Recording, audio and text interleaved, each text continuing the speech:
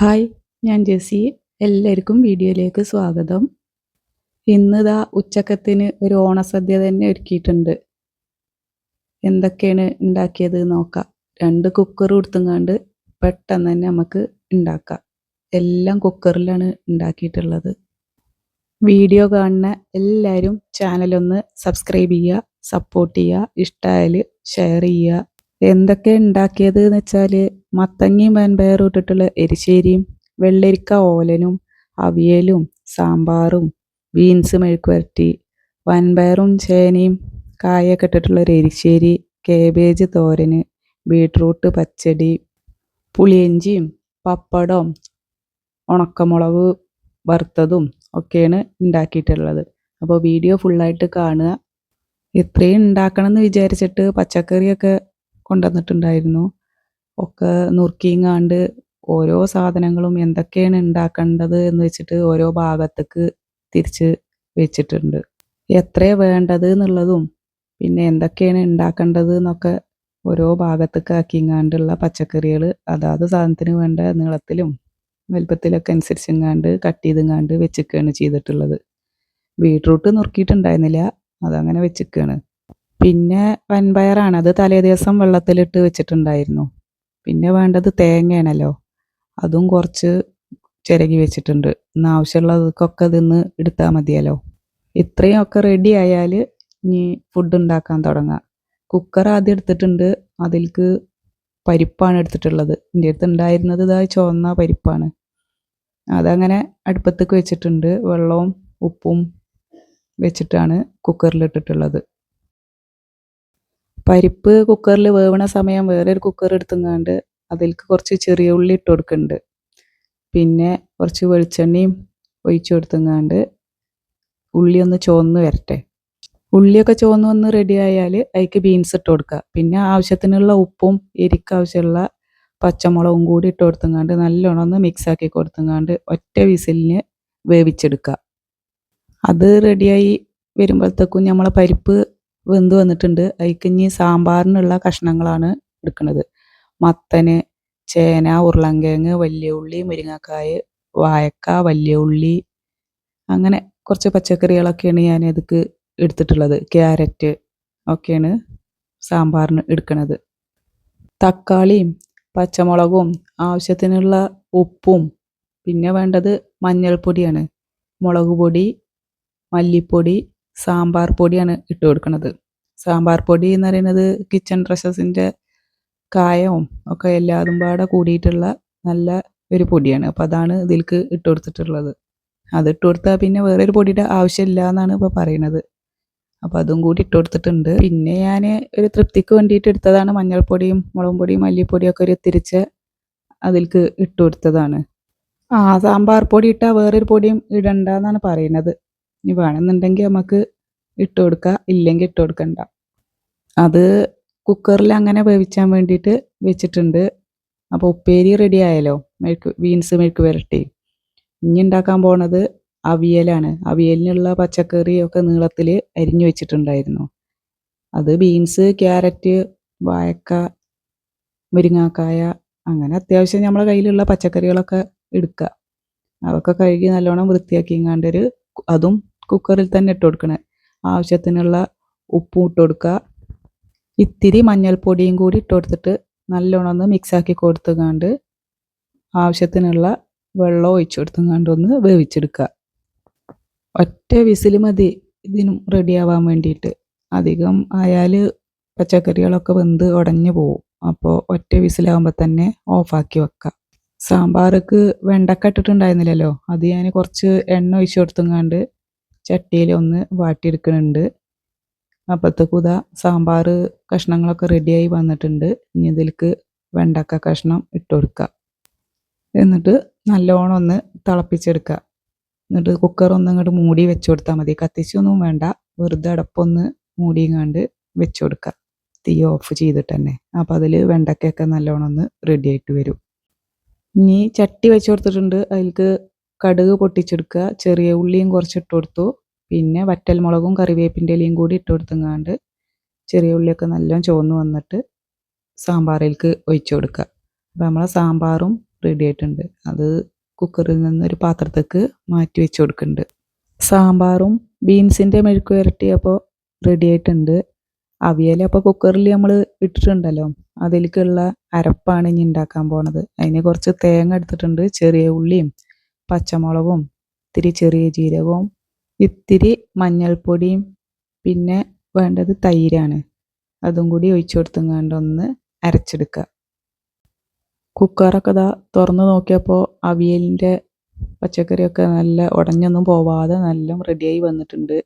ഒറ്റ വിസിൽ മാത്രം ആക്കിയതുകൊണ്ടാണ് ഇപ്പോൾ ഇതുപോലെ ഉടഞ്ഞൊന്നും പോവാതെ ആയി കിട്ടിയത്. അതിലേക്ക് നമ്മൾ അരച്ച് വെച്ച തേങ്ങൻ്റെ അരപ്പും കൂടിയും ഇട്ട് കൊടുക്കുക. പിന്നെ ഇത്തിരി കറിവേപ്പിൻ്റെ ഇലയും കുറച്ച് വെളിച്ചെണ്ണയും കൂടി ഒഴിച്ചു കൊടുത്തെങ്ങാണ്ട് ഒന്ന് മൂടി വെച്ചെങ്ങാണ്ട് ഇളക്കി കൊടുത്ത് നമുക്കത് പാത്രത്തിലേക്ക് മാറ്റി വെക്കാം. ഇപ്പോൾ സാമ്പാറും അവിയലും ബീൻസ് മെഴുക്ക് വരട്ടിയും ഒക്കെ റെഡി ആയിട്ടുണ്ട്. ഇനി ഓലനാണ് ഉണ്ടാക്കാൻ പോണത്. വെള്ളരിക്കയും കൊണ്ടാണ്. മമ്പയറും വെള്ളരിക്കയും ആവശ്യത്തിനുള്ള വെള്ളവും ഒഴിച്ചു കൊടുത്തിട്ട് വേണമെന്നുണ്ടെങ്കിൽ ഇതിൻ്റെ ഒപ്പം പച്ചമുളക് ഇട്ട് കൊടുക്കുക. എന്നിട്ട് വേവിച്ചെടുക്കുക. ഞാൻ തേങ്ങൻ്റെ ഒപ്പമാണ് പച്ചമുളക് ഇട്ടിട്ടുള്ളത്. അപ്പോൾ ഇടാൻ വേണ്ടിയിട്ട് മറന്നിട്ടുണ്ടായിരുന്നു. അപ്പോൾ തേങ്ങയും പച്ചമുളകും കൂടി മിക്സിയിലിട്ടിട്ട് അരച്ചെടുത്തിട്ട് അതിൻ്റെ പാല് എടുക്കുകയാണ് ചെയ്യണത്. ഇനി ഇതിലേക്ക് തേങ്ങാപ്പാൽ ഒഴിച്ചു കൊടുക്കുക. പിന്നെ കറിവേപ്പിൻ്റെ ഇലയും കൂടി ഇട്ട് കൊടുക്കുന്നുണ്ട്. എന്നിട്ട് പിന്നെ കുറച്ച് വെളിച്ചെണ്ണയും കൂടി ഒഴിച്ചു കൊടുത്താൽ വെള്ളരിക്ക ഓലൻ റെഡിയായി. എനിക്ക് ഓലൻ അത്രക്ക് ഇഷ്ടമായില്ല. ഉണ്ടാക്കിയപ്പോൾ അങ്ങനെ വെള്ളരിക്കൊക്കെ ഉണ്ടായപ്പോൾ അത് ഉണ്ടാക്കിയെന്ന് മാത്രം. എനിക്ക് എരിശ്ശേരിയാണ് കൂടുതൽ ഇഷ്ടം. എന്നാൽ പിന്നെ എരിശ്ശേരി ഉണ്ടാക്കിയാലോ? അതിന് വൻപയർ കുക്കറിൽ ഇട്ട് കൊടുക്കുക. മത്തങ്ങയും കൂടി ഇട്ട് കൊടുക്കുന്നുണ്ട്. പിന്നെ ഇത് വേവാനുള്ള ആവശ്യത്തിന് വെള്ളവും കുരുമുളക് പൊടി, ഉപ്പ്, മഞ്ഞൾപ്പൊടി, മുളക് പൊടി ഒക്കെ ഇട്ട് കൊടുത്തുങ്ങാണ്ട് വേവിച്ചെടുക്കുക. അതവിടെ അങ്ങനെ റെഡിയായി വരട്ടെ. അപ്പോഴത്തേക്ക് മറ്റേ കുക്കർ അവിടെ വെറുതെ ഇരിക്കുകയാണല്ലോ, അതിലേക്ക് വാഴയ്ക്കയും ചേനയും വൻപയറും ഒക്കെ ഇട്ട് കൊടുക്കുക. പിന്നെ ആവശ്യത്തിനുള്ള ഉപ്പും മഞ്ഞൾപ്പൊടിയും കുരുമുളക് പൊടിയും മുളക് പൊടിയും ഒക്കെ ആവശ്യത്തിന് ഇട്ട് കൊടുക്കുക. എന്നിട്ട് അതും വേവിച്ചെടുക്കുക.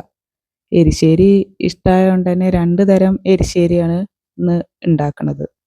ഒന്ന് മത്തങ്ങയും വൻപയറും ഇട്ടിട്ടുള്ള എരിശ്ശേരിയും പിന്നെ കായയും ചേനയും വൻപയറും കൂടിയിട്ടുള്ള എരിശ്ശേരിയും പാടെയാണ് ഉണ്ടാക്കുന്നത്. 2 കുക്കറിലും 2 എരിശ്ശേരികളും വേവണ സമയം കൊണ്ട് ഇതിലേക്ക് അരപ്പ് ഉണ്ടാക്കുക. ഒറ്റ അരപ്പ് ഉണ്ടാക്കിയാൽ മതിയല്ലോ. 2ലേക്കും ഇട്ട് കൊടുക്കുക. തേങ്ങ കുറച്ച് എടുക്കുന്നുണ്ട്. തേങ്ങയിലേക്ക് ചെറിയ ജീരകവും വെളുത്തുള്ളിയും പച്ചമുളകും ഇത്തിരി മഞ്ഞൾപ്പൊടിയും കൂടി ഇട്ട് കൊടുത്തിട്ട് ഒന്ന് അരച്ചെടുക്കുക. ആ സമയം മത്തങ്ങയും വൻപയറും ഒക്കെ നല്ല വെന്ത് റെഡിയായി വന്നിട്ടുണ്ട്. ഇപ്പുറത്തെ കുക്കറത്തെ ചേനയും വാഴയ്ക്കയും വൻപയറും പാടെ വെച്ചിട്ടുണ്ടായിരുന്നല്ലോ, അതും ഒക്കെ റെഡി ആയിട്ടുണ്ട്. ഇനി ഇതിലേക്ക് നമ്മൾ അരച്ച് വെച്ചിട്ടുള്ള അരപ്പ് ഒഴിച്ചു കൊടുക്കുക. എരിശ്ശേരിക്ക് ഇനിതാ ചട്ടി വെച്ച് കൊടുത്തിട്ടുണ്ട്. അതിലേക്ക് വെളിച്ചെണ്ണയാണ് ഒഴിച്ചു കൊടുത്തിട്ടുള്ളത്. വെളിച്ചെണ്ണ ചൂടായി വന്നപ്പോൾ കടുക് ഇട്ട് കൊടുക്കുക. അതിലേക്ക് തേങ്ങയും വറ്റൽമുളകും കറിവേപ്പിൻ്റെ ഇലയും കൂടി ഇട്ടെടുത്തിട്ട് നല്ലോണം ഒന്ന് മൊരീന വരെ ഒന്ന് വറുത്തെടുക്കുക. തേങ്ങയൊക്കെ നല്ലോണം മൊരിഞ്ഞ് വന്നുകൊണ്ട് റെഡിയായി വന്നിട്ടുണ്ട്. ഇത് 2 എരിശ്ശേരിക്കും കൂടി പകുതിയും പകുതിയായിട്ട് ഇട്ട് കൊടുത്തിട്ടുകൊണ്ട് നല്ലോണം ഒന്ന് മിക്സാക്കി കൊടുക്കുക. എന്നിട്ട് അതവിടെ അങ്ങനെ കുറച്ച് നേരം മൂടി വെച്ച് കൊടുക്കുക. കുക്കർ ആവശ്യമുണ്ടല്ലോ, അപ്പോൾ 2 പാത്രത്തേക്കായിട്ട് മാറ്റി വെച്ച് കൊടുക്കുക. ഇനി ഉണ്ടാക്കുന്നത് ബീട്രൂട്ട് കൊണ്ടുള്ള പച്ചടിയാണ് ഉണ്ടാക്കാൻ പോണത്. എരിശ്ശേരിക്ക് നല്ല ടേസ്റ്റ് ഉണ്ടായിരുന്നു. അത് ഇഷ്ടം കൊണ്ടാണോ എന്താണെന്നറിയില്ല, നല്ല ടേസ്റ്റ് ആയിരുന്നു. ഇനി ബീട്രൂട്ട് ഞാൻ ഇതേപോലെ ഗ്രേറ്റ് ചെയ്തിട്ട് ചെറിയ പീസുകളാക്കിങ്ങാണ്ട് എടുത്തേക്കാണ്. അതിലേക്ക് ഉപ്പും ആവശ്യത്തിനുള്ള വെള്ളവും കൂടി വെച്ച് കൊടുത്തങ്ങാണ്ട് വേവിച്ചെടുക്കുക. ബീട്രൂട്ട് വെന്ത് വരുമ്പോഴത്തേക്ക് അരപ്പുണ്ടാക്കാം. അതിന് കുറച്ച് തേങ്ങ എടുത്തിട്ടുണ്ട്. പിന്നെ ചെറിയ ജീരകവും ചെറിയ ഉള്ളിയും പച്ചമുളകും കൂടി എടുത്തിട്ട് ഒന്ന് അരച്ചെടുക്കുക.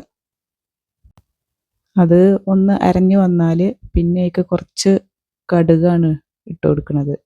പിന്നെ തൈരും കൂടി ഇട്ട് കൊടുത്തങ്ങാണ്ട് കടുക് നല്ലോണം അരയേണ്ട ആവശ്യമില്ല, ഒന്ന് പതുക്കെ അരച്ചെടുത്താൽ മതി. ബീട്രൂട്ടൊക്കെ ഇതാ നല്ലോണം വെന്ത് വന്ന് റെഡി ആയിട്ടുണ്ട്. ഇനി ഇതിലേക്ക് നമ്മൾ ഉണ്ടാക്കിയ അരപ്പ് ഇട്ട് കൊടുത്തങ്ങാണ്ട് നല്ലോണം ഒന്ന് ഇളക്കി കൊടുത്ത് വേവിച്ചെടുക്കുക. ഇനി നമുക്കൊരു ചട്ടി എടുക്കുക, അതിലേക്ക് കുറച്ച് വെളിച്ചെണ്ണ ഒഴിച്ചു കൊടുത്തിട്ടുണ്ട്. ചൂടായി വന്നപ്പോൾ കടുകും കറിവേപ്പിൻ്റെ ഇലയും വറ്റൽമുളകും കൂടി ഇട്ട് കൊടുത്തങ്ങാണ്ട് ഒന്ന് മിക്സ് ആക്കി എടുക്കുന്നുണ്ട്. ഇതും ഒരു പാത്രത്തിലേക്ക് നമുക്ക് മാറ്റി വെക്കാം. ഇനി കാബേജ് ഉപ്പേരിയാണ് ഉണ്ടാക്കാൻ പോണത്. അതിന് വെളിച്ചെണ്ണ ഒഴിച്ചു കൊടുത്തിട്ടുണ്ട്. അതിലേക്ക് കടുക് ഇട്ടു. കടുകൊക്കെ പൊട്ടി വന്നപ്പോൾ അരിഞ്ഞു വെച്ച കാബേജും പച്ചമുളകും 2 വെളുത്തുള്ളിയും കൂടി ഇട്ട് കൊടുത്തങ്ങാണ്ട് നല്ലോണം മിക്സാക്കി കൊടുത്തു. പിന്നെ ഇത്തിരി തേങ്ങയും കൂടി ഇട്ട് കൊടുത്തങ്ങാണ്ട് മൂടി വെച്ച് വേവിച്ചെടുക്കുകയാണ് ചെയ്തത്. കറിവേപ്പിൻ്റെ ഇലയും കൂടി ഇട്ട് കൊടുത്തിട്ടുണ്ടായിരുന്നു. അത് മൂടി വെച്ചങ്ങാണ്ട് കാബേജ് ഉപ്പേരിയും റെഡിയാക്കി എടുത്തിട്ടുണ്ട്. ഇനി ഇതാ രസമാണ് ഉണ്ടാക്കാൻ പോണത്. അതിന് ചട്ടിയിൽ തന്നെ വെളിച്ചെണ്ണ ഒഴിച്ച് കൊടുത്തിട്ടുണ്ട്. കടുക്, ഉലുവ, ചെറിയ ജീരകം, പിന്നെ കുരുമുളകാണ് ഇട്ട് കൊടുക്കുന്നത്. കടുകൊക്കെ ഒന്ന് പൊട്ടി വന്നതിന് ശേഷം അതിലേക്ക് ചെറിയ ഉള്ളിയും വറ്റൽമുളകും വെളുത്തുള്ളിയും കൂടി ഇട്ട് കൊടുത്തങ്ങാണ്ട് ഒന്ന് വേവിച്ചെടുക്കുക. ഉള്ളിയൊക്കെ ഒന്ന് റെഡിയായി വന്നാൽ അതിലേക്ക് കുറച്ച് കറിവേപ്പിൻ്റെ ഇല ഇട്ട് കൊടുക്കുന്നുണ്ട്. പിന്നെ വേണ്ടത് തക്കാളിയാണ്.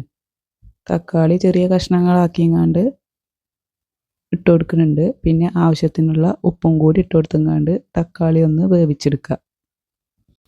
തക്കാളിയൊക്കെ ഒന്ന് വെന്ത് വരുമ്പോൾ അതിലേക്ക് മഞ്ഞൾപ്പൊടിയും മുളക് പൊടിയും മല്ലിപ്പൊടിയും കൂടി ഇട്ട് കൊടുത്തങ്ങാണ്ട് നല്ലോണം ഒന്ന് ഇളക്കി കൊടുക്കുക.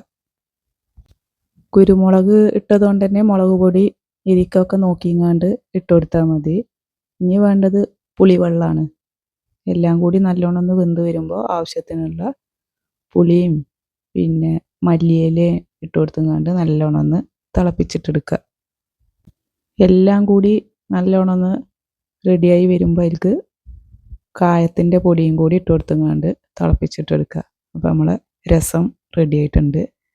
അതും ഒരു പാത്രത്തിലേക്ക് മാറ്റിയെടുക്കുക. നല്ല ടേസ്റ്റുള്ളൊരു രസമാണിത്.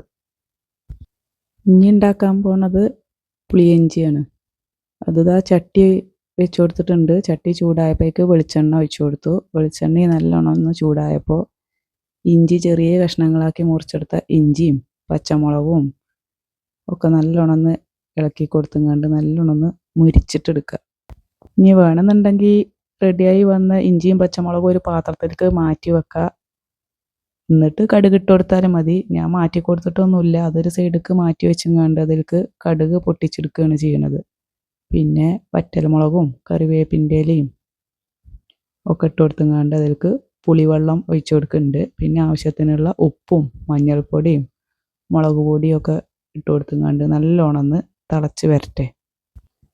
പുളിവെള്ളമൊക്കെ നല്ലോണം ഒന്ന് തിളച്ച് വന്നതിന് ശേഷം കായത്തിൻ്റെ പൊടി ഇട്ട് കൊടുക്കുന്നുണ്ട്. പിന്നെ ശർക്കര ഉരുക്കിങ്ങാണ്ടുള്ള വെള്ളമാണ് ഒഴിച്ചു കൊടുക്കുന്നത്. അതും ഒഴിച്ചു കൊടുത്തു കഴിഞ്ഞാൽ നല്ലോണം ഒന്ന് തിളച്ച് വന്നുങ്ങാണ്ട് കുറുകി വരുന്ന ടൈമിൽ പുളിയിഞ്ചി ഓഫാക്കുക. അപ്പോൾ നമ്മളെ പുളിയിഞ്ചിയും റെഡിയായി കിട്ടും. പുളിയിഞ്ചിയും നല്ല ടേസ്റ്റ് ഉണ്ടായിരുന്നു. ഇനി ഉണ്ടാക്കാൻ പോണത് വെണ്ടക്ക കുറച്ചുണ്ടായിരുന്നു. അപ്പോൾ അതൊരു മെഴുക്ക് വരട്ടിയുടെ പോലെ ഉണ്ടാക്കാമല്ലോ എന്ന് വെച്ചു. അതിനിതാ ചട്ടി അടുപ്പത്ത് വെച്ചിട്ടുണ്ട്. അതിലേക്ക് കുറച്ച് വെളിച്ചെണ്ണ ഒഴിച്ചു കൊടുത്തങ്ങാണ്ട് ചെറിയതാക്കി മുറിച്ചിട്ടുള്ള വെണ്ടയ്ക്കയാണ് എടുത്തിട്ടുള്ളത്. അതിലേക്ക് കുറച്ച് കറിവേപ്പിൻ്റെ ഇലയും പച്ചമുളകും 2 വെളുത്തുള്ളിയും പാടെ ഇട്ട് കൊടുത്തങ്ങാണ്ട് നല്ലോണം ഒന്ന് ഇളക്കി കൊടുക്കുക. ഇത്തിരി മഞ്ഞൾപ്പൊടിയും ആവശ്യത്തിനുള്ള ഉപ്പും കൂടി ഇട്ട് കൊടുത്തങ്ങാണ്ട് മൂടി വെച്ചങ്ങാണ്ട് ഒന്ന് വേവിച്ചെടുത്താൽ മതി. ഇല്ലെങ്കിൽ മൂടി വെക്കാതെ തന്നെ ഇങ്ങനെ വറുത്തെടുത്താലും മതി. പിന്നെ പപ്പടമാണ് പൊരിച്ചത്. പപ്പടം പൊരിച്ച എണ്ണയിൽ ഇത്തിരി മുളക് ഉണ്ടായിരുന്നു, കൊണ്ടാട്ടം മുളക്. അതും കൂടിയിട്ട് ഒന്ന് വറുത്തെടുക്കുന്നുണ്ട്. അപ്പോൾ ഇത്രയാണ് ഇന്ന് ഉണ്ടാക്കിയിട്ടുള്ളത്. വീഡിയോ എല്ലാവർക്കും ഇഷ്ടമായി എന്ന് കരുതുന്നു. എല്ലാവരും ഒന്ന് സബ്സ്ക്രൈബ് ചെയ്യുക. വീഡിയോ ഇഷ്ടമായിട്ടില്ലെങ്കിൽ ഒന്നാണ് സബ്സ്ക്രൈബ് ചെയ്തത്. അപ്പോൾ വീഡിയോ അത്രയേ ഉള്ളൂ. Thanks for watching.